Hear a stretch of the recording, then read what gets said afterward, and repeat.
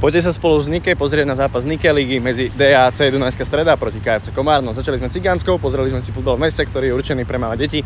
Vyzdvihli sme si akreditácie, pozreli štadión a potom sme si išli pozrieť rozcvičku naozaj z každého uhla. Hráči oboch tímov predvedli už na rozcvičke zo pár zaujímavých skillov, tak toto vyzerá v tuneli pred zápasom. Futbalisti nemajú vôbec žiaden stres a robia malým deťom radosť, ktorých potom vyprevadili na ihrisko. O úvodný výkop zápasu sa postarala jedna z legend Dunajskej Stredy.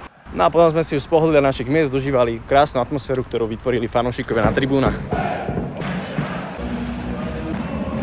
Favoritom v tomto zápase bola Dunajská Streda, ale Komárno ich vedelo potrapiť. Dunajská Streda otvorila skóre zápasu v 40. minúte, keď sa presadil Matej Trusa. Obrovským plusom zápasu bola rodinná atmosféra. Niektorí z fanúšikov si pripravili pre svojich hráčov banery, kde ich žiadali odres a dokonca jeden z nich im ho po zápase daroval. Cez polčas sme sa zastavili v bufete, potom sme si pozreli futbal spolu s komentátorom a spolu s nami ďalších 7500 ľudí. V 79.